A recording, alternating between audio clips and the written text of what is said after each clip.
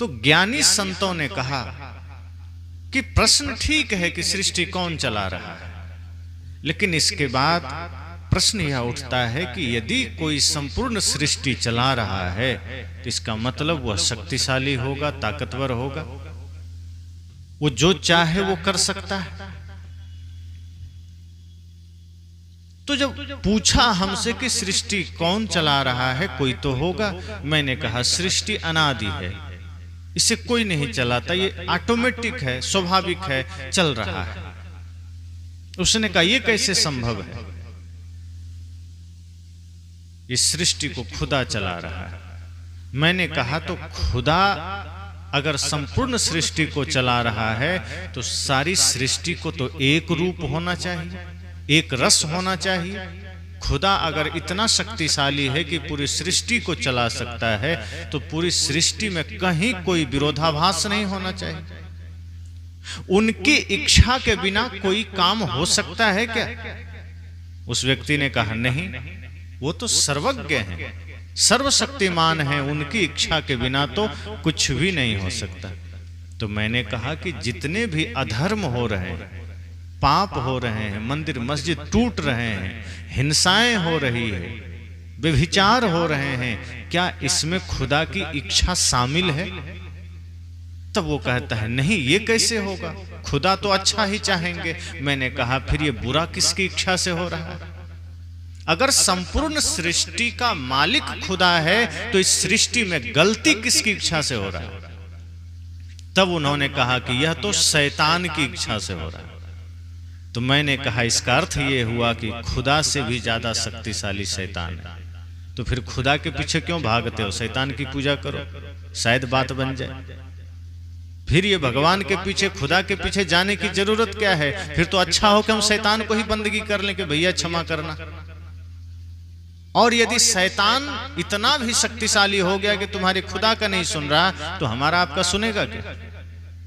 तो फिर खुदा को क्यों मानना कि सर्वशक्तिशाली है, सर्वशक्तिमान है? तब उसने कहा नहीं, वो तो खुदा ने उसको छूट दे रखा है। मैं कहा गजब बात है, आदमी परेशान है, सृष्टि परेशान है और तुम्हारे खुदा को मजाक सूझी है। वो किसी को रख दिया कि नहीं आदमी मेरी इबादत करे, मेरी पूजा करे, और एक आदमी को रख दिया कि तुम सबको परेशान करो। ये तो ऐसा ही हुआ जैसे यहाँ रणबीर साहब आप सबको भोजन दें और एक आदमी से कहने सबका थाली छीन लेना। तो यही हुआ ना कि एक तरफ तो 4 आदमी रखे भोजन परसों और एक आदमी को भेज दे कि जाओ सबका थाली छीन लेना। तो ये तो बहुत गलत बात हो गई। खुदा यही कर रहे, मस्जिदों में आप जाते हैं, इबादत करते हैं, मंदिर में गए, भगवान की पूजा किए, और एक तरफ खुदा ने, भगवान ने एक शैतान छोड़ दिया कि जाओ सबको दुख देना, सबको कष्ट देना। तो शैतान से भी बड़ा शैतान हो गया। शैतान तो है ही, रजिस्टर्ड शैतान है, लेकिन जो खुदा हो के शैतानी करे वो फिर काहे को रहम दिल वाला, काहे को भगवान, काहे को करुणामय। तब वो चुप हो गया। उसने कहा कि लेकिन कुछ तो है, ऐसे कैसे हो जाएगा? मैंने कहा सब स्वाभाविक हो रहा है। आदमी कोई भी कर्म करता है तो अपने मन से करता है, और आप देखिए जितना भी गलत काम आदमी करता है वो सब करता ही करता है। कभी ये कहता है कि नहीं खुदा पता नहीं क्या बोलेंगे, नहीं करना मुझे। हाँ, अच्छा काम करना हो तब आदमी सोचता है कि भगवान की या खुदा की इच्छा होगी तो करेंगे। किसी को सत्संग करना हो, सत्संग में जाना हो, आप उनको कहिए कि चलो सत्संग में, अरे कहाँ, अभी तो हम माया में है, भगवान की इच्छा होगी, खुदा की इच्छा होगी तो जाएंगे। अब वो खैनी खा रहा है, पूछ दीजिए किसकी इच्छा से, तब चुप हो जाता है, तो अपनी इच्छा से। भगवान ने आकर कहा था खैनी खाओ, भगवान ने आकर कहा था शराब पियो, भगवान ने आकर कहा था कि हिंसा करो, भाई का हक मारो, भगवान ने आकर कहा था माता पिता की अवज्ञा करो? नहीं कहा, कर रहे हैं। खुदा ने नहीं कहा, भगवान ने भी नहीं कहा, फिर भी कर रहे हैं कि नहीं? फिर भी दूसरे का हक मार रहे हैं, भाई का दिल दुखा रहे हैं, बच्चे को संस्कार नहीं दे रहे हैं, किसी का हक छीन रहे हैं, माता पिता को रुला रहे हैं। तो सब अपनी इच्छा से कर रहे हैं। और जहां धर्म की बात आ जाए, जहां प्रेम की बात आ जाए, जहां जीवन को सुंदर बनाने की बात आ जाए तब हम कहते हैं खुदा की इच्छा होगी तो होगा, या भाग्य में होगा तो होगा। तो साहब कहते हैं नहीं, सृष्टि कोई नहीं चला रहा, कोई चला भी नहीं सकता, ये स्वाभाविक है। अगर खुदा सृष्टि चलाते तो पूरी सृष्टि में सब अलग अलग मान्यताओं वाले नहीं होते, संप्रदाय वाले नहीं होते। ईसाई खुदा को नहीं मानते, हिंदू भी खुदा को नहीं मानते, और मुसलमान भगवान को नहीं मानते, और ईसाई भी भगवान को नहीं मानते, और हिंदू खुदा को नहीं मानते और गॉड को भी नहीं मानते।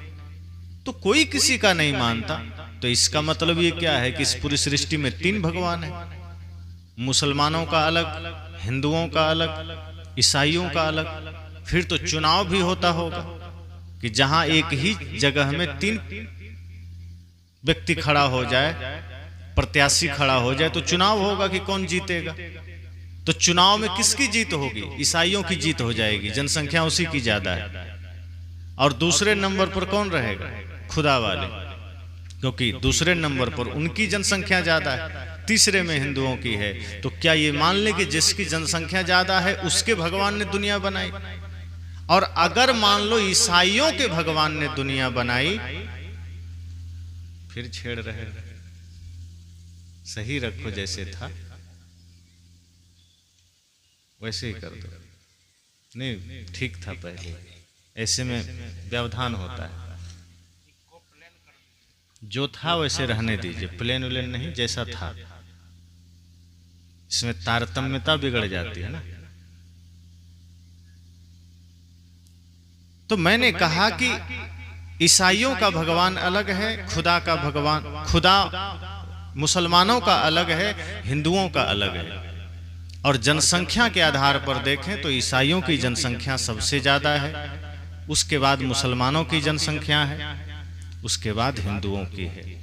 तो अगर ईसाई के भगवान अर्थात गॉड ने दुनिया बनाई होती तो पूरी दुनिया गॉड के हिसाब से बनी होती।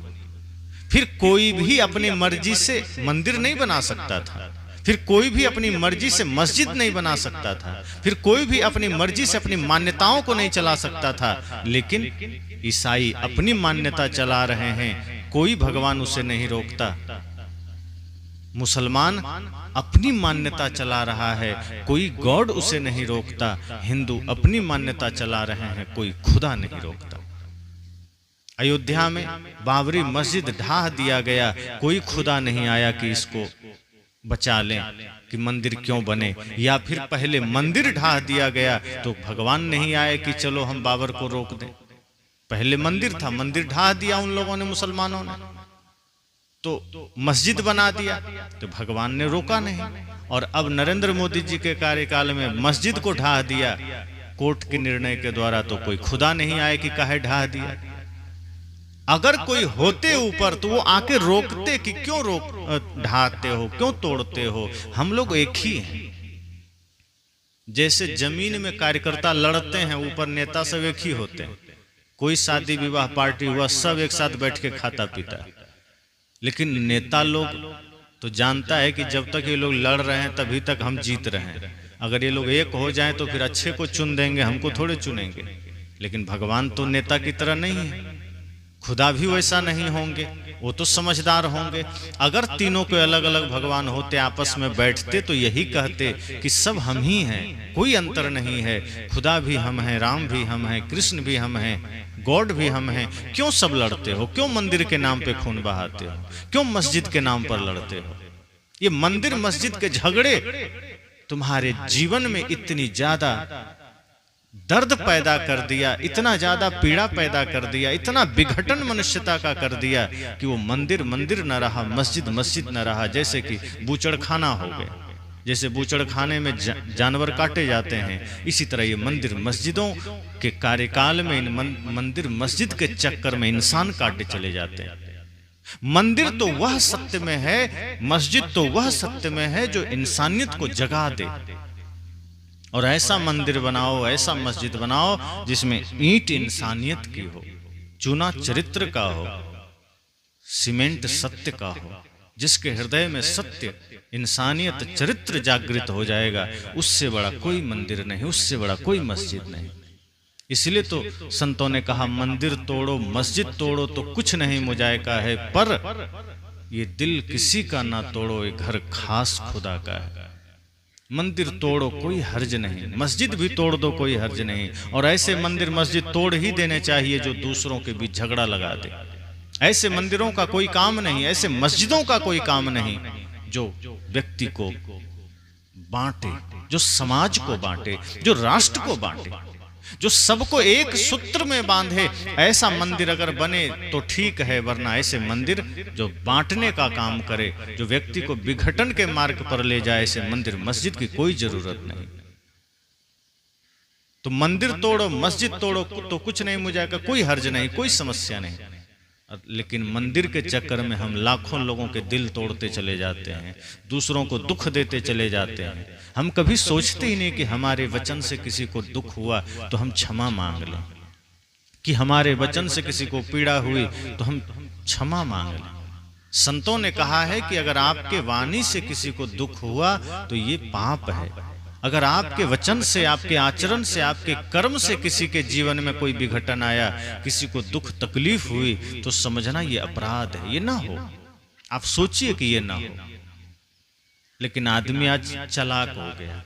वो करता क्या है, आदमी के साथ झगड़ा कर लिया, माता पिता के साथ कर लिया, पड़ोसी के साथ कर लिया, पत्नी से कर लिया, मित्र से कर लिया, भाई से कर लिया, तमाम तरह के नशा दुर्व्यसन का सेवन कर लिया, मांसाहार का सेवन कर लिया, और देखता है कि अब पाप का थोड़ा सा वजन बढ़ गया है। तब क्या करें, पुण्य कैसे बढ़ाएं? तो शास्त्र में सुन लिया है कि गंगे तव दर्शनार्थ मुक्ति, कि गंगा के दर्शन से ही मुक्ति है, बस चलो एक डुबकी लगा ले। तो अभी कुंभ में देखे लोग कहते हैं 66 करोड़ से ज्यादा लोग डुबकी लगाए। किस लिए लगाए होंगे? ये यही सोचकर लगाए होंगे कि जो पाप मैंने किया है माँ गंगा में जाके धो ले। साहब कहते हैं ऐसे धुलते नहीं है पाप। हम सस्ता सरल तरीका खोज लिए कि पाप करते रहो, मंदिर में जाके सिर झुका दो, मस्जिद में इबादत कर लो, पाप धुल गए।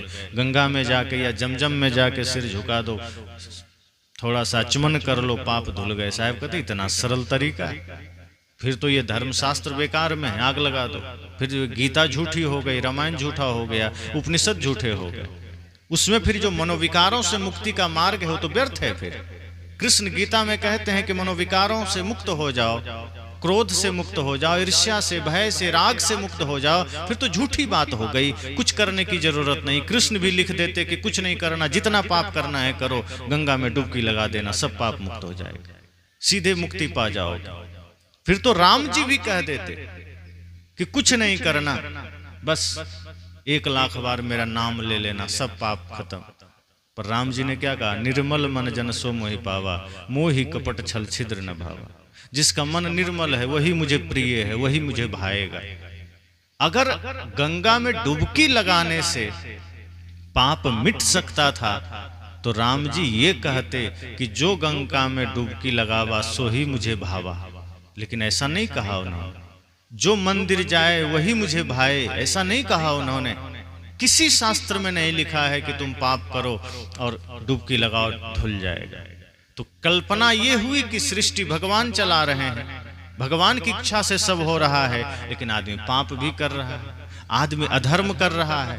उसी मंदिर के सामने अधर्म हो रहा है, जहां बैठ करके हम पूजा करते हैं, ये तो भगवान की पूजा है, ये तो भगवान का मंदिर है। उसी मस्जिद के सामने पाप हो रहे हैं। आप देखिए जगह जगह मस्जिदों में बम पकड़े जाते हैं, हथियार पकड़े जाते हैं। खुदा की जगह है, वहां तुम हथियार लेकर बैठे हो, किसके लिए? किसी को मारने के लिए। और जिसको मारने जाओगे तुमने उसके अंदर खुदा को नहीं देखा, तो मस्जिद में खुदा खाक बैठा हो। तो ये मंदिर, ये मस्जिद में तुम इंसानियत का गला घोटने का काम कर रहे हो और कहते हो मैं भगवान का भक्त हूं, मैं खुदा का भक्त हूं। सदगुरु कहते हैं ये सब प्रपंच हैं, ये सिर्फ कहने की बातें। इसलिए यह बात ही झूठी है कि कोई सृष्टि भगवान चला रहा है या खुदा चला रहा है। अगर ये बात सच में होती तो आदमी अपनी मन मर्जी से कोई पाप नहीं कर सकता था। फिर ये इतने जगह जो बम धमाके होते हैं, ये हत्या होती है, ये लूट मार होते हैं, ये कोई कर सकता था क्या? मान लीजिए यहाँ कर्फ्यू लग जाए, पुलिस का पहरा हो जाए, तो कोई आदमी किसी को थप्पड़ भी मार सकता है क्या? हाथ नहीं हिला सकता। जहां धारा 144 लागू हो जाता है वहां कोई 4 आदमी इकट्ठा नहीं हो सकता। ये तो पूरी सृष्टि खुदा के हाथ में है। आदमी कैसे पाप कर रहा है, कैसे कोई हत्या कर रहा है, कैसे कोई कुदृष्टि कर रहा है। और यहां तक कहा जाता है कि सारे देवी देवता हमारे अंग में निवास करते हैं। आंखों में अलग देवता बैठा है, नाक में अलग देवता बैठा है, कान में अलग देवता बैठा है, मुख में अलग देवता बैठा है, हृदय में अलग देवता बैठा है। ये हमारे शास्त्र में लिखा है। तो कई बार मैं सोचता हूं कि जब हाथ पर अलग देवता है, आंख में अलग देवता है, तो ये आंखें जब गलत देखती है तो वो देवता सो रहा होता है, क्या करता है? ये आंखें जब गंदगी की तरफ जाती है, किसी पर कुदृष्टि करती है, तब देवता कहां गए? और यहां देवता बैठे ना बैठे, जिसको हम सर्वशक्तिमान खुदा कहते हैं, भगवान कहते हैं, उसके नजर से कुछ छिपा है? वो चाह ले तो कुछ भी असंभव नहीं है। जिस तरह से उनके बारे में कहा जाता है कि वो सर्वशक्तिमान हैं, अगर वो इच्छा बस कर ले कि कोई गलत नहीं कर सकता, कर पाएगा कोई? लेकिन इतनी गलतियां हमारे जीवन में है, और अंत में हम यही कह करके पीछे हट जाते हैं कि सब भगवान कर रहे हैं। फिर तो ये न्यायालय बेकार के बन गए, ये थाना भी बेकार में बन गया, क्योंकि दोष आदमी का कहां है, तो फिर तो भगवान का है। सदगुरु कबीर जैसे संत तो कहते हैं फिर तो आदमियों को समझाने की जरूरत ही नहीं है, फिर तो दिमाग का फीता खुदा का ही ढीला है, भगवान का ढीला है, उसी को बुलाओ, उसी को समझाया जाए। फिर तो जज जो फैसला देता है वो इंसानों को बेकार में ही देता है। इंसान का क्या दोष है? मान लीजिए आपकी गाय या आपका बैल किसी का फसल खा जाए, तो पड़ोसी आपको गाली देगा कि बैल को देगा? मालिक आप हैं, दोषी आप माने जाएंगे, दंड आपको देना पड़ेगा। तो अगर खुदा का सब बंदा है, इस सृष्टि उसी के अधीन है, तो हम कुछ भी पाप करेंगे तो दोष तो खुदा का हुआ, तो सजा इंसानों को क्यों देना? कुल मिलाकर के बात यह है कि हर आदमी स्वतंत्र है। न सृष्टि खुदा चला रहा है, न भगवान चला रहा है। ये सृष्टि स्वाभाविक है, सारी चीज स्वाभाविक चल रहा है। ये सब कुछ सांख्य दर्शन ने तो कहा ही है, सृष्टि अनादि अनंत है। और भगवान श्री कृष्ण ने भी कहा, सदगुरु कबीर ने तो कहा है कि सृष्टि अनादि है, इसके चक्कर में मत पड़ना, वरना दिमाग का दही हो जाएगा। कौन बनाया, कौन चला रहा है, बस सृष्टि है, इतना समझना। आप हैं ये समझना, और आपका मन क्या गलत कर रहा है इसको सोचना। आप इतना सोचिए कि आपका मन निर्विकार कैसे होगा। आप इतना सोचिए कि हमारा जीवन पवित्र कैसे होगा। थोड़ा समय है, पता नहीं कब कहां से मौत खड़ी हो जाए, हम सृष्टि के पीछे भाग रहे हैं। ये सोचिए कि समय धीरे धीरे खत्म हो रहा है। हम भले ही लापरवाही में जिए, लेकिन मृत्यु लापरवाह नहीं है, वो टाइम से हमारी ओर बढ़ती चले आ रही है।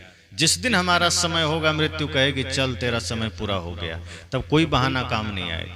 फिर आप कुछ भी भगवान खुदा कर लें, मंदिर मस्जिद कर लें, आपको जाना ही है। और मृत्यु के सामने किसी की नहीं चलती, न साधु की, न रंक, न राजा, न गृहस्थ, किसी का नहीं। कोई ताकतवर है वो भी कुछ भी कर ले, नहीं चलेगा। तो सृष्टि में जो कुछ भी है वो हमारे आपके मर्जी से होता है। हाँ, इतना जरूर होता है कि आप जो कर्म कर लेते हैं उसके बाद आप स्वतंत्र हो जाते हैं, फिर आपकी मर्जी नहीं चलेगी। अगर आपने कोई काम कर लिया है, अब आप बंध गए, अब आपको उसका परिणाम भोगना ही पड़ेगा, चाहे लाख कोशिश कर लीजिए कि हम बच जाएं, फिर मुश्किल है। कर्म करने से पहले आप स्वतंत्र हैं। किसी को गाली नहीं दिए तब तक आप स्वतंत्र हैं, लेकिन दे दिए तो हो सकता है आपको भी गाली सुनना पड़ेगा, हो सकता है आपको लाठी भी खानी पड़े। किसी की आपने बेइज्जती कर दी, किसी के साथ दुर्व्यवहार कर दिया, अब आप स्वतंत्र हो गए। जैसे कि आग जल रही है, आपने उसमें हाथ नहीं डाला, आप स्वतंत्र हैं, आप ठीक हैं। लेकिन अगर आपने हाथ डाल दिया, अब आपके हाथ में फोले होंगे, आपका हाथ जलेगा, और उससे जो पीड़ा उत्पन्न होगी वो आपको भुगतना पड़ेगा। अब आपको कोई भगवान बचा नहीं सकता। इसलिए सदगुरु कहते हैं सृष्टि खुद चल रही है, बस ये ध्यान रखना कि लापरवाही में कोई पाप मत कर जाना। कोई भगवान रोकेगा नहीं, न किसी को रोका। अगर भगवान होते तो पाप होने ही ना देते, कोई खुदा होते तो वो गंदगी फैलने ही ना देते। ये तो कोई बात थोड़े हुई कि नहीं पहले पाप करवाओ फिर उसे भक्ति करवाओ। ये कोई भगवान का लक्षण है कि पहले पाप करने दो तब रोकेंगे? करने ही क्यों देना? अगर किसी के पास इतना पावर आ जाए कि कुछ भी कर सकता है, वो किसी को गलत करने ही नहीं दे। मान लो जो अच्छी सरकार होती है वो क्या कोशिश करती है कि समाज में चोरी हो ही ना। अब ये कोई थोड़े करेगा नहीं चोरी पहले करवाओ फिर पुलिस से पकड़वाएंगे। वो कोशिश करेगा चोरी ही ना हो, वो कोशिश करेगा हिंसा ही ना हो, वो कोशिश करेगा कोई अत्याचार ही ना हो। हम और आप भी अगर हमारा कपड़ा साफ है तो साफ ही रहने दें। अब धोना जरूरी है, इसका मतलब अब साफ है तो क्या करें, इसको धोना है तो चलो इसमें पहले गोबर लगाएंगे, कचड़ा में डालेंगे इसी को, फिर जाके धोएंगे। जब साफ ही है तो गोबर लगा के धोना जरूरी है। यहाँ धोना महत्वपूर्ण नहीं है, सफाई महत्वपूर्ण है। पाप करवा के फिर पुण्य का रास्ता दिखाना ये भगवान का लक्षण है क्या? तो कहने का इतना ही मतलब है कि सृष्टि खुद चल रही है, कोई चला नहीं रहा है। हम और आप अपने मन के अनुसार कर्म करते हैं। मन आपका मालिक है, मन के अधीन आप हैं, कोई भगवान के अधीन नहीं है। और मन पापी, मन पाजी है, मूढ़ है। जब तक वो ज्ञान के अधीन नहीं है तब तक वो आपको नरक में ढकेलते रहेगा। और जैसे ही मन पर आपका आधिपत्य हो जाता है, जैसे ही मन पर ध्यान का अंकुश लग जाता है, जैसे ही मन पर सत्संग का अंकुश लग जाता है, वही मन सुमन हो जाता है। और सदगुरु कबीर तो कहते हैं, कबीर मन तो एक है, भावे तहां लगाओ। भावे गुरु की भक्ति करो, भावे विषय कमाओ। मन वही है। अगर सत्संग का संग मिल गया मन को तो गुरु भक्ति में लग जाएगा, संसार का संग मिल गया तो विषय में लग जाएगा, प्रपंच में लग जाएगा। तो वस्तुतः मन आपको चला रहा है और आप चल रहे हैं, मतलब सृष्टि चल रही है। आपको आपका मन नचा रहा है। कोई व्यक्ति क्रोध कर बैठा तो इसमें भगवान का दोष नहीं, मन का दोष है। कोई व्यक्ति किसी से झगड़ा कर बैठा, ये भगवान के वजह से नहीं, मन के वजह से है। तो सिर्फ समझने की देरी है कि भगवान का कोई दोष नहीं, भगवान को चला नहीं रहा। ये मन मालिक बन गया, वही चला रहा है, वही झूठ बोलवा दिया, वही छल करवा दिया। और ये होता इसलिए है कि हम शेर होकर भी अगर कोई गीदड़ बन जाए तो बाकी लोग तो राजा बनेंगे। ये आत्मा शेर की भांति है, स्वतंत्र है। और जीव जब स्वतंत्र रहता है तब मन इसका गुलाम रहता है, इसके अधीन रहता है। लेकिन जब जीव आत्मा बन गया गीदड़, सियार, तो मन बन जाता है शेर। और फिर मन आपको विषयों में ले जाएगा, नशा में ले जाएगा, दुर्व्यसन में ले जाएगा, छल में ले जाएगा। और जब ज्यादा हो जाएगा तब सोचेंगे कि थोड़ा ज्यादा हो गया, अब थोड़ा मंदिर चलें, अब थोड़ा गंगा चलें, अब मस्जिद की यात्रा कर लें, अब थोड़ा पाठ कर लें, अब थोड़ा सत्संग कर लें। तो मन बड़ा चालाक है। पाप करवा भी दिया और धर्म, ध्यान, सत्संग, मंदिर का पर्दा भी लगा दिया ताकि दूर से देखने में लगे कि नहीं आदमी तो ध्यान करता है, दूर से देखने में लगे कि आदमी तो सत्संग करता है। जैसे यहाँ कोई पर्दा लगा दिया जाए और पर्दा बहुत साफ सुथरा हो, पवित्र हो। अब पीछे कोई नशा करने लगे तो बाहर से तो पर्दा दिखेगा, भीतर थोड़े दिखेगा। यही काम मन करता है। भीतर छल चल रहा है, भीतर कपट चल रहा है और बाहर ध्यान का पर्दा टांग दिया मन। तो बाहर से दूसरे को लगेगा ये तो बड़ा ध्यानी आदमी, क्रोध तो होगा ही नहीं, छल तो होगा ही नहीं, ये तो बड़ा धार्मिक आदमी है। ध्यान का पर्दा लग गया, सत्संग का पर्दा लग गया। ये सत्संग का पर्दा, ये ध्यान का पर्दा, सदगुरु कबीर कहते हैं ये पर्दा बाहर जरूरत नहीं है, ध्यान भीतर जरूरत है। पर्दे की जरूरत ही नहीं पड़ेगी। हम पर्दा लगाते ही हैं इसलिए, मंदिर हम बनाते ही इसलिए हैं, गंगा जाते ही इसलिए हैं ताकि पाप पर हम पर्दा डाल सकें। पाप मिटाने को राजी नहीं है, हम उसे ढकने को राजी हैं। जैसे कहीं गंदगी हो और कोई कहे कि अरे भाई गंदगी है, इस पर थोड़ा एक कपड़ा डाल दो, यही काम हम करते हैं। कपड़ा डालना उचित थोड़े है। अगर कहीं गंदगी है तो उस पर कपड़ा मत डालिए, नहीं तो वो कहीं ना कहीं गंध तो करेगा, आंखों से दिखाई भले नहीं देगा, लेकिन कुछ समय बाद वो गंदगी धीरे धीरे बढ़ेगी और वो गंध करेगी। जैसे कहीं कचरा पड़ा हो, गंदगी पड़ी हो, गोबर है, टट्टी है, और उस पर कोई तिरपाल बिछा दे तो बाहर से तो लगेगा सब फ्रेश साफ है, लेकिन कुछ देर बाद वो गंध धीरे धीरे बाहर आएगी और इतना भयंकर बाहर आएगी वहां बैठना मुश्किल हो जाएगा। अभी कोई जानवर मर जाए, 5 दिन हो जाए और उसको ढक दीजिए, क्या हाल होगा, वहां से गुजरना मुश्किल हो जाए। यही हम करते हैं। भीतर विकार है, मन में दोष है, हम उसे मिटाने को राजी नहीं हैं। हम ध्यान का बाहर से पर्दा लगा दिए, ढक दिए कि नहीं ठीक है, क्रोध मिटाना नहीं, छल मिटाना नहीं, हिंसा मिटनी नहीं चाहिए, भीतर मौजूद रहे, बस बाहर से पर्दा ऐसा टांग दो कि लगे कि ध्यानी आदमी है, लगे कि धार्मिक आदमी है, लगे कि ज्ञानी आदमी है। और बाद में कह देंगे अरे सब भगवान की माया है, सब भगवान की इच्छा है, सब खुदा की इच्छा है। और यही समस्या सृष्टि में हर किसी के साथ है, इसलिए हर आदमी परेशान है, दुखी है। तो दुख का कारण या सृष्टि में समस्या का कारण कोई भगवान, कोई खुदा नहीं, हमारा मन है। सदगुरु ने स्पष्ट कहा कि आप जो चाहें कर सकते हैं, आप हुजूर हैं, आप मालिक हैं, आप स्वामी हैं। आपके भीतर वो सामर्थ्य है कि सारे पाप पुण्य आप कर सकते हैं, लेकिन पाप करेंगे तो पाप का फल पाप जैसा ही मिलेगा, पुण्य तो नहीं मिलेगा। और पुण्य करेंगे तो पुण्य तो मिलेगा ही, बढ़िया मिलेगा। बबूल का पेड़ बो देंगे, फिर आप चाहे जितना प्रयास कर लीजिए, पैर में कभी कांटे ही गड़ेंगे, फल तो नहीं मिलेगा। लेकिन अगर आपने आम बोया है तो कभी न कभी मीठा फल मिलेगा। यही जीवन का गणित है। सुबह जगिए तो अपने को देखिए कि मैं कर क्या रहा हूं, आज मेरा दिन कैसा बीतना चाहिए। आप खेती के बारे में सोचते हैं, घर के बारे में सोचते हैं, नौकरी के बारे में सोचते हैं, ड्यूटी के बारे में सोचते हैं, बिजनेस व्यापार के बारे में सोचते हैं। सदगुरु कहते हैं आंखें खुले तो 10 मिनट बंद करके आत्मचिंतन करिए, अपने बारे में सोचिए कि बाहर अगर व्यापार, खेत खलिहान में कुछ नुकसान हो गया तो ज्यादा दिक्कत नहीं, लेकिन अगर हमारे मन में कोई दाग रह गया, हमारे मन में कोई छल कपट रह गया, हमारे आचरण में कोई कमी रह गई, तो पूरा दिन हमारा नरक बन जाएगा। तो कहीं क्रोध जागृत होगा, कहीं हिंसा जागृत होगी, कहीं छल जागृत होगा, कहीं झूठ जागृत होगा। कभी हम भाई से झगड़ा कर लेंगे, कभी पुत्र से झगड़ा हो जाएगा, कहीं सास से झगड़ा हो जाएगा, कहीं देवरानी जेठानी का झगड़ा हो जाएगा, कहीं किसी से भी विवाद हो सकता है। इसलिए सदगुरु कहते हैं सुबह उठिए, अपने आप को निहारिए, आत्मचिंतन करिए कि मेरा पूरा दिन पवित्र बीतना हो चाहिए, गंदगी नहीं आनी चाहिए। ये हम सोचते ही नहीं। आदमी आज इतना लापरवाह हो गया, सुबह सो के उठा, लग गया काम में, लग गया धन दौलत में। और अगर कोई आदमी गुरु से जुड़ा भी है तो सोचता है नियम है, गुरु जी ने कहा था सुबह थोड़ा ध्यान कर लेना, माला जाप लेना, तो करना पड़ेगा, नियम टूट जाएगा। नियम समझ के हम 10 मिनट बैठ जाते हैं।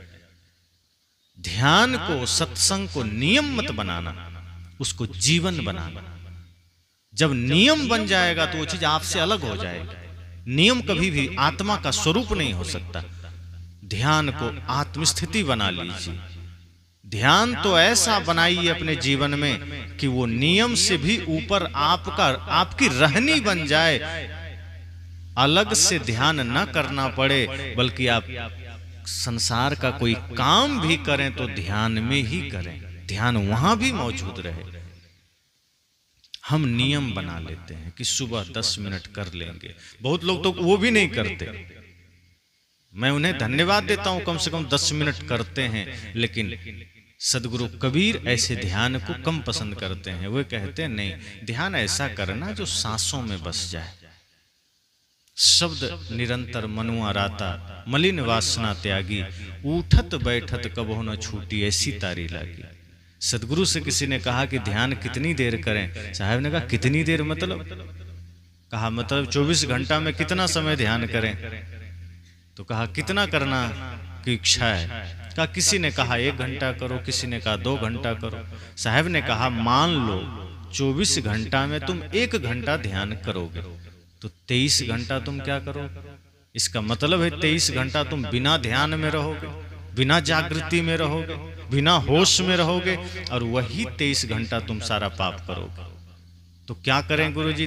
24 घंटा तो ध्यान में नहीं बैठ सकते। सदगुरु ने कहा 24 घंटा ध्यान में बैठना नहीं है, ध्यान में हो जाना है, सजगता में हो जाना है, होश में हो जाना है। सुबह जितना समय मिले उतना देर अभ्यास कर लो। वो अभ्यास का समय है। प्रैक्टिकल तो तुम खेत में जाओगे तभी होगा ध्यान का। प्रैक्टिकल तो बाजार में होगा, प्रैक्टिकल तो घर में होगा, लोगों के बीच में होगा। अकेले में बैठ के आंखें बंद कर लिया, ध्यान में हो ही जाओगे, कोई भय थोड़े। आपके ध्यान का पता तो तब चलेगा जब सामने कोई होगा। अब जैसे नदी में पानी नहीं है, पार हो जाएंगे और कोई कहे मैं तो नदी पार कर लिया, तो कोई बहादुरी है क्या? लेकिन जब नदी में पानी भरा हो और कोई पार हो जाए तब बहादुरी है। तो जब कोई प्रतिकूलता ही जीवन में नहीं है तब तो आप ध्यान में रहेंगे ही। अकेला आदमी थोड़े किसी को गाली देता है, अकेला आदमी थोड़े गुस्सा करता है। गुस्सा करना, गाली देना, छल करना तभी संभव है जब सामने कोई होगा। और साहब कहते हैं जब सामने कोई रहे और आपका भीतर से गुस्सा खत्म हो जाए, सामने कोई है और आपके भीतर से छल खत्म हो जाए, सामने कोई रहे और आपके भीतर से झूठ खत्म हो जाए, समझना ध्यान उतर गया। और वो ध्यान 24 घंटा चलता रहेगा। और वो ध्यान ही असली जागृति है, असली समाधि है। 1 घंटा आप अकेले में ध्यान कर लिए और लोगों के बीच गए तो गुस्सा कर गए, तो हुआ ध्यान? ध्यान का स्वरूप ही है पूर्ण निर्मलता, पूर्ण शांति। और अगर ध्यान से उठे और बाहर गुस्सा कर लिए, ध्यान से उठे और बेटे को गाली दे दिए, पत्नी से अपशब्द में बात कर लिए, माता पिता से उलझ गए, मित्र से उलझ गए, मतलब ध्यान था ही नहीं। तो सदगुरु कहते हैं जागृति में रहो। और इसमें कोई किंतु परंतु करने की जरूरत नहीं कि भगवान चाहेंगे तो होगा। ये ध्यान आपका विषय है। आप चाहें तो जागृत हो सकते हैं, आप मालिक हैं। आपके भीतर की भगवत्ता जागृत हो सकती है, आपके भीतर का नारायण जागृत हो सकता है। सदगुरु तो कहते हैं कि आप ही राम हैं, आपके हृदय में ही भगवान बैठा है। एक आदमी ने कहा कि ठीक है, कबीर साहब ने ऐसा कहा, पर हम क्यों माने? हम कबीर साहब को नहीं मानते तो हम नहीं मानेंगे, भगवान बाहर है। तो संतों ने कहा कि ठीक है, कबीर साहब की बात नहीं मानोगे तो कृष्ण की बात मान लो।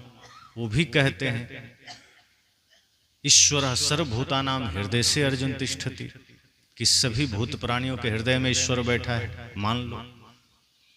वो तो आगे बढ़कर कहते हैं उपद्रष्टा अनुमंता च भर्ता भोक्ता महेश्वर परमात्मेति चाप्युक्ता देहिस्मिन् पुरुषा पर। वो तो कहे कि कर्ता भोक्ता महेश्वर ईश्वर सब कुछ यही आत्मा है, परमात्मा है। अब कहां जाओगे? कृष्ण भी स्पष्ट कह दिया।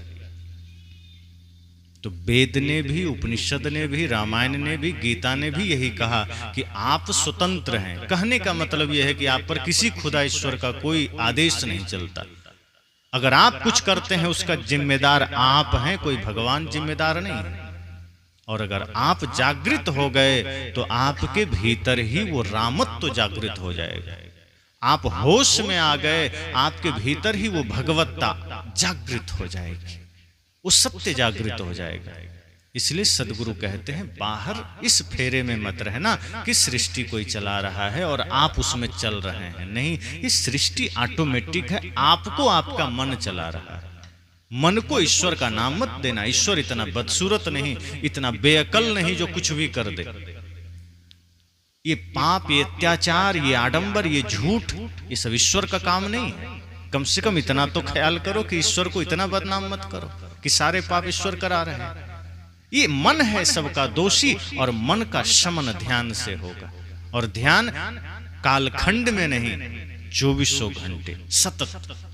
जैसे आप श्वास लेते हैं तो क्या श्वास के लिए आपको अलग से समय निकालना पड़ता है? आप नहाने जाएंगे तो समय निकालना पड़ेगा, खाने जाएंगे समय निकालना पड़ेगा, बाहर कोई भी क्रिया करेंगे तो समय निकालना पड़ेगा। अगर सत्संग और ध्यान के लिए आप कहते हैं कि मुझे समय निकालना पड़ेगा, इसका मतलब आपने उसे क्रिया समझा है, तभी समय निकालना पड़ेगा। लेकिन श्वास लेने के लिए किसी ने कहा कि क्या करें, आज तो छुट्टी नहीं है, श्वास कल ले लेंगे, आज हमारे पास टाइम नहीं है, कल श्वास लेंगे, या अभी बहुत व्यस्त हैं, 1 घंटे बाद श्वास ले लेंगे। श्वास आ रही है, जा रही है, आपको पता भी नहीं आ रही है, जा रही है। आदमी बेहोश है तब भी श्वास चल रही है, निद्रा में है तब भी श्वास चल रही है। सदगुरु कबीर कहते हैं उठत बैठत कबहू न छूटी ऐसी तारी लाई। ध्यान भी श्वास की तरह हो जाए कि आप झाड़ू लगा रहे हैं ध्यान में, भोजन बना रहे हैं तो ध्यान में, खेत में काम कर रहे हैं तो ध्यान में, किसी से बात कर रहे हैं तो ध्यान में, ऑफिस में बैठे हैं तो ध्यान में, बिजनेस कर रहे हैं तो ध्यान में। आप देखो कि आपका 24 घंटे ध्यान हो गया। और जिस क्षण आप ध्यान में कोई भी काम करना शुरू कर देंगे, भूल नहीं रहेगी। अभी आप ध्यान में नहीं है, झाड़ू लगाए पीछे कचरा छूट गया। अभी आप ध्यान में नहीं है, भोजन बनाए तो नमक ज्यादा हो गया, उसमें कुछ गंदगी चली गई। अभी आप ध्यान में नहीं है, बोलते बोलते झूठ बोला गया, क्रोध में आ गए। अभी आप ध्यान में नहीं है, बिजनेस करने गए मिलावटबाजी कर दिए। अभी आप ध्यान में नहीं है, पिताजी से बदतमीजी कर लिए, किसी के साथ भी दुर्व्यवहार कर लिए।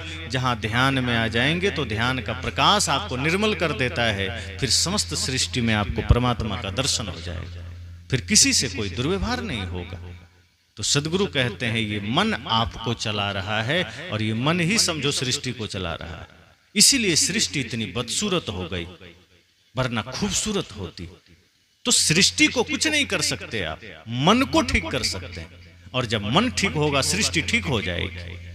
मन ठीक हो जाए तो ये दृष्टि ठीक हो जाएगी। कोई कहे कि किसी पर कुदृष्टि मत करना, उसमें आंखों का कोई दोष नहीं है। आंख तो माध्यम है, दोष आपके मन का है। जैसा भाव पैदा हुआ, ये आंखें उस तरफ चली गई। अगर मन पवित्र हो जाए तो यही आंख जब जाएगी तो किसी में मां का दर्शन करेगा, यही आंख किसी में बहन का दर्शन करेगा, किसी में बेटी का दर्शन। लेकिन मन गंदा हो गया तो फिर यही आंख वहां को दृष्टि लेकर जाएगी, यही आंख फिर गंदी हो जाएगी। इसमें इसका कोई दोष नहीं, मन का दोष है। तो मन ही तो चला रहा है। भगवान चलाता तो ऐसा कोई कर पाता क्या? मान लो भगवान चलाते सृष्टि को, तो किसी में इतना सामर्थ्य है कि भगवान की इच्छा के विरुद्ध कोई कुदृष्टि कर दे किसी पर? अगर सबका सृष्टा, सबका दृष्टा, सबका मालिक भगवान होते तो किसी चोर के हाथ में इतना सामर्थ्य नहीं है कि किसी की जेब काट लेता। किसी के हाथ में इतना पावर नहीं है कि किसी पर गर्दन पर छुरी चला देता। किसी के धन में इतना पावर नहीं था कि वो धन को शराब में, नशा में लगा देता है, हाय हत्या लूट में लगा देता, समाज राष्ट्र के बर्बादी में लगा देता। इसलिए सदगुरु कहते हैं मन आपका कारण है, मन आपका दोषी है और यही आपका मालिक बना। इसलिए मन को समझिए, मन ही सारे बीमारी का जड़ है और इसका समाधान ध्यान है, सत्संग है। तो ध्यान 2400 घंटे हो, और उसके लिए इस तरह से बैठ के ही जरूरी नहीं, वो तो अभ्यास आप कभी भी कर ले सकते हैं। सुबह उठिए, समय से आत्मचिंतन करिए कि माता पिता गुरु की कृपा से ये सूर्योदय हमें मिला। हमें अपने एक एक श्वास को सत्कर्म में लगाना है। एक एक श्वास में जगत की हित की कामना करनी है। आंखें खुले तो किसी के लिए कोई दुर्भावना नहीं, किसी के लिए कोई बुरा विचार नहीं। सतत समाज के लिए, जगत के लिए पवित्र भाव, और मेरा पूरा दिन इसी पवित्रता से बीते, किसी से मुझे कोई विवाद नहीं करना। इस संकल्प के साथ आप दिन को बिताएं, फिर आप देखेंगे आपका एक एक काम बढ़िया होगा, एक एक काम में आनंद मिलेगा। फिर आप किसी को थोड़ा सा भी कोई हेल्प कर पाएंगे, सहयोग कर पाएंगे। किसी भूखे को थोड़ा सा अन्न आपने दे दिया, किसी प्यासे को पानी दे दिया, किसी लाचार को सहारा दे दिया, लगेगा जैसे मेरे जीवन में कोई अनमोल धन मिल गया, मुझे खजाना मिल गया। आप आनंदित होंगे। लेकिन जब मन के अधीन रहेंगे तो आप किसी को कुछ देंगे नहीं, आप छीनने का प्रयास करेंगे, फिर आप हक मारने का प्रयास करेंगे, फिर आप किसी को सताने का प्रयास करेंगे, और ये सारे विकार मन के कारण हैं। तो उसी मन का शमन करना है, उसी मन को साधना है। तो इसलिए मैंने कहा कि सृष्टि कोई नहीं चला रहे, इसको समझा जाए तो सृष्टि को मन चला रहा है। इसीलिए इतना ये बदसूरत हो गई सृष्टि, इतना बदरंग हो गई, क्योंकि मन जब भी स्वतंत्र होगा वो माया के अधीन हो जाता है, और माया कभी भी पवित्रता ला नहीं सकती है। माया सदैव जीव को नीचे घसीटती है। माया का स्वरूप ऐसा ही है, वो कभी भी जीव को कचड़े में ले जाना चाहती है। और जैसे ही हमारे जीवन में ध्यान हटता है, धर्म हटता है, गुरु का ज्ञान हट जाता है, तो मन मालिक बनता है। और जैसे ही मन मालिक बना, माया उसे अपने में मिला लेती है। और फिर माया वही सारा काम मन से करवाती है, जो गंदगी की ओर जाए, जो छल की ओर जाए, नशा की ओर जाए, पाप की ओर जाए। और जीव लाचार बना बैठा रहता है कि मैं तो अकिंचन हूँ, मैं तो क्षुद्र हूँ, मैं तो नीच हूँ, सब प्रभु की माया है, मैं तो कठपुतली हूँ, मैं क्या कर सकता, भगवान जो चाहें वो करें। लेकिन जैसे ही गुरु के शरण में हम जाते हैं, ध्यान की ज्योति हमारे भीतर जलती है, तब पता चलता है नहीं, अहं ब्रह्मास्मि, मैं ही ब्रह्म हूँ, मैं अयम आत्मा ब्रह्म, ये आत्मा ही ब्रह्म है, मन कुछ नहीं, मन तो हमारा दास है। और जैसे ही मन दास बनता है, तो वही जो माया के संग पढ़ करके आपको विषयों में भटका रहा था, वही गुरु ज्ञान में लग जाता है, ध्यान में लग जाता है, वही समाज कल्याण में लग जाता है। तो हम सब भी अपने मन में इसी संकल्प को, इसी चिंतन को धारण करें कि सृष्टि में हम सब मुसाफिर हैं, आए हैं, जाना पड़ेगा। जितने रिश्ते नाते हैं ये सब संयोग हैं, कब किससे बिछुड़ना हो जाए कोई पता नहीं। तो इस व्यर्थ की चिंताओं में नहीं पड़ना है, आत्मचिंतन में पड़ना है। और जो बन सके परोपकार करते हुए, आत्म कल्याण करते हुए, ध्यान के द्वारा जीवन को सतत जागृत करते हुए शरीर को, प्रकृति को सौंप देना है और यहाँ से विदा ले लेना है। बस